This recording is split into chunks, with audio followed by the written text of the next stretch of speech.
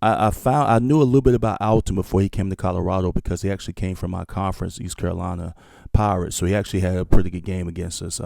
Actually, he decided the game when he played against us a couple of years ago. He scored the winning touchdown. So I became a little bit familiar with him then. Of course, when you're the leading freshman in the conference, you kind of know, you get familiar with certain names.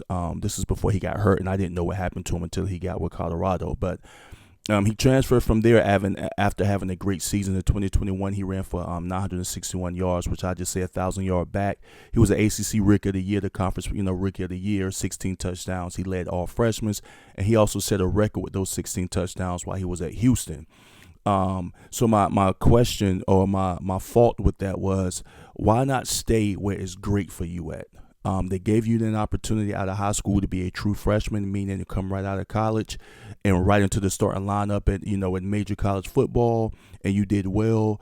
You got hurt. Why not stay there, rehab your knee with the people who gave you a great opportunity? Get your knee together. They give you, because they know you and what you've done for them, they would give you every effort to get your starting position back. Going to a new school, they kind of going to use your knee and your situation against you if you're not producing at the level they want you to. And that's exactly what happened at Colorado.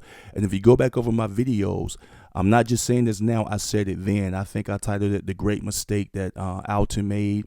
I also did one, The Great Mistake That Wilkerson Made, because I thought they were good where they were. And I think with the transfer portal, it tricks a lot of kids.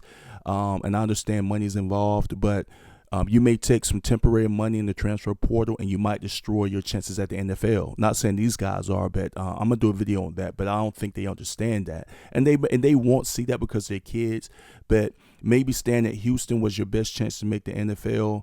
But going to other schools that don't really know you, that have to get to know you, and while they're getting to know you, you're wasting a year, whatever it is that that you're there, depending on what's going on with the rotation situation. Arizona State may treat him great, and I hope they do. But right now, this is before the season.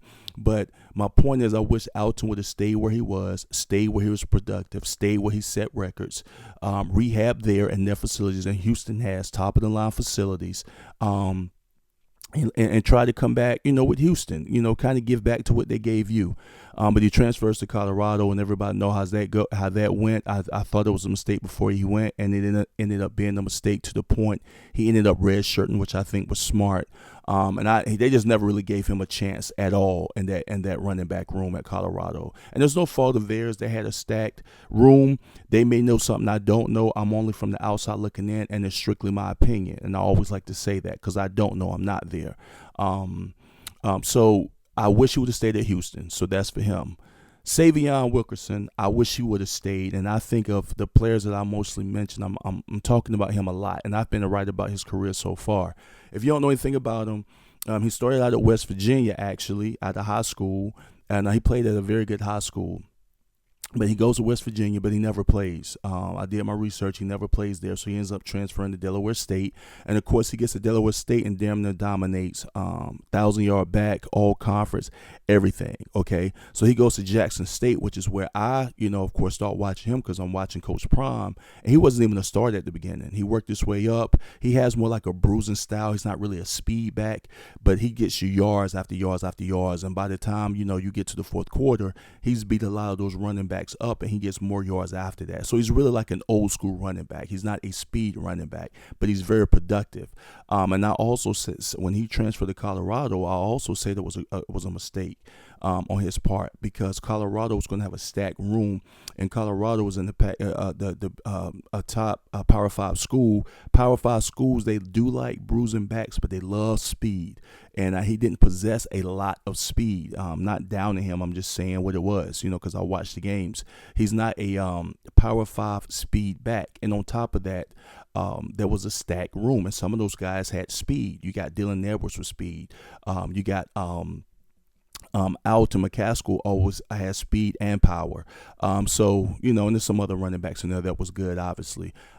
So I didn't think he would get his opportunity, and he really didn't. So my point with him is, let me not go too far ahead of myself. Then he goes to Jackson State. He's very productive. Another 1,000-yard year, all conference, and I think some All-American type stuff came to him too a little bit later in the summer, if I read correctly. I wasn't really sure on that, but my point with him is, why not stay at Jackson State?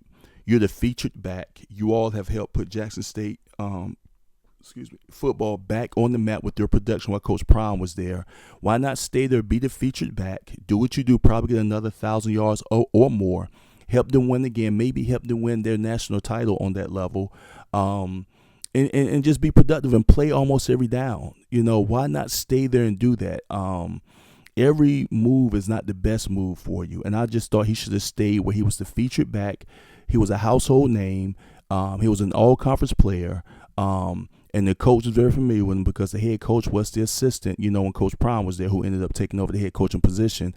And I just wish he would have stayed there where I know he would have had another productive year. And I'll put it out on the limb and say he would have had another 1,000-yard season. But he chose to go to Colorado with Coach Prime and be in a crowded room, running back room. And even if everybody's an All-American in a crowded running back room, all of them won't play. It's impossible. And I think Coach Prime and all those guys figured that out very early. So some of these guys, I just wish they didn't see the temporary money or whatever it is, because all of them don't get money when they transfer, by the way, and all of them don't get NIL deals. And I think a lot of those players don't understand that every value is not valued the same. So I think he would have had a better situation getting an NIL deal if he stayed at Jackson State, because it would have came back as a preseason All-American, preseason Conference of the Year, maybe preseason Player of the Year in that conference, and maybe he would have got a good NIL deal there. But at Colorado, when you're not playing, I can't imagine you're going to get too many NIL offers. Now, he did transfer to Georgia State. Georgia State is a program that's coming back up. They have the coach from the University of Georgia, so he may be in a great situation. But remember, this is before the season. I'm not talking about during the season. But so far, I've been correct about both of these guys. They're very good athletes, very good running backs. I just wish they would have stayed where they were. It's no fault in staying where you were. Alton, I'm sure you would have had big time NIL deals if you would have stayed at Houston. The same with Wilkerson. If you would have stayed at Houston, I'm sure you would have had big NIL opportunities. And the bigger school is just a name brand school. It's not always the best school for you. A lot of people like Nikes, and they'll wear Nikes whether they're comfortable or not. A lot of people will go to McDonald's because it's been inbred in your head, even though it can be the worst food for you. They can tell you the processed food is terrible. They treat the animals terrible, but it's a name brand school, so you go there.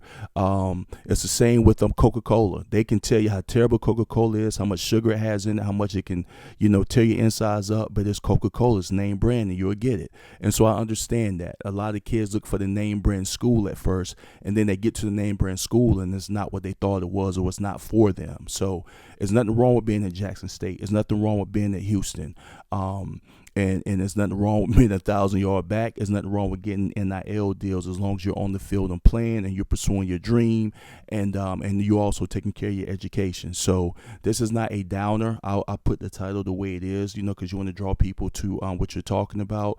But these are two of my favorite players. I like watching them play. I was actually very angry when they didn't play at Colorado. And if you listen to some of my videos, I say that, and I voice that. But when you look back over things, sometimes I just wish they would have stayed where they were the most productive, and where they earned their names from, and where they earned their keep from. So that's my little tidbit. This has been Hunt 919, Truth Sports. Ride with me.